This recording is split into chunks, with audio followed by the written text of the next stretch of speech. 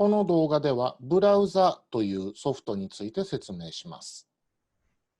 まず、ブラウザとはそもそも何かを解説します。次に、ブラウザの具体的な種類を説明します。さらに、クラウド経由でブラウザのさまざまな機能を同期させる方法と、拡張機能の使い方についてご紹介します。ブラウザとは、ウェブサイトを閲覧するためのアプリやソフトのことを指します。この名前はもともと英語のブラウズという動詞から来てます。ブラウズという動詞は、何々を拾い読みするとか、何々をあちこち見て回るという意味があります。ブラウザは他にもウェブブラウザやインターネットブラウザとも呼ばれます。ここに示したスクリーンショットは典型的なブラウザの画面です。次にブラウザの種類について説明します。こちらの動画をご覧ください。こちらの動画は1996年、すなわちインターネットが一般に使われ始めた頃からどのようなウェブブラウザーがマーケットの中でシェアを伸ばしたり、あるいは落としたりしてきたのかということを示しています。インターネットの歴史とブラウザの歴史はイコールと言っても過言ではありません。具体的にどういったブラウザが存在しているのかといいますと、今ではトップのシェアを持つ Google の Google Chrome、こちらのアイコンが Chrome になります。でありますとか、現在マイクロソフトがリリースしている Edge、こちらが Edge のアイコンになります。でありますとか、Mozilla による Firefox、Apple による Safari など、実に様々なブラウザーが現在も存在しています。スマホにもブラウザーが存在しております。iPhone の場合ですと Safari、Android の場合は Android 標準ブラウザ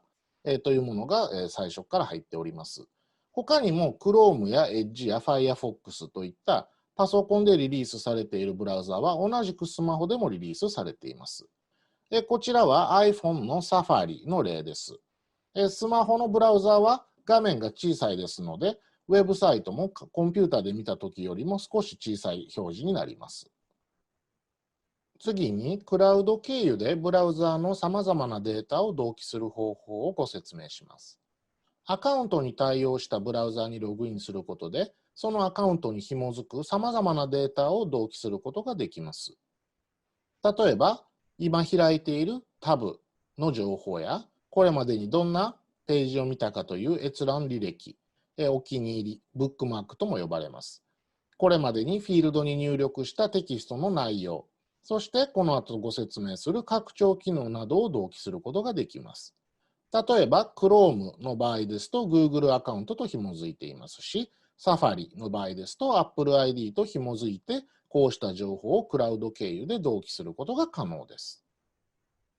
この動画でご紹介しているブラウザーは、すべて拡張機能に対応しています。拡張機能というのは、他にもアドオンやエクステンションとも呼ばれます。ブラウザーの機能を追加して、より便利にパワーアップさせてブラウザを使うことができる機能のことです。拡張機能はブラウザーごとに入手できる先が異なります。Chrome の場合ですと Chrome Web Store、Edge の場合ですと Microsoft Store、Firefox は Firefox Add-on、Safari の場合は環境設定から機能拡張に行くか、あるいは App Store からもダウンロード可能です。同じブラウザーでもパソコン版とスマホ版では使える拡張機能に差がありますのでご注意ください。基本的にパソコン版のブラウザーに対応している拡張機能の方がスマホ版よりも多いというのが一般的です。このスクリーンショットは私自身の Chrome の現在の拡張機能の例です。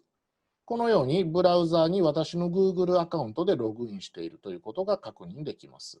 私が今現在活用している拡張機能としましては、広告をブロックする拡張機能や、画面のスクリーンショットを撮る機能、ワンパスワードというアカウント管理ソフトを呼び出すための拡張機能などです。各ブラウザーごとに実に様々な拡張機能が存在しますので、ぜひ自分でいろいろ試して便利な拡張機能を探してみてください。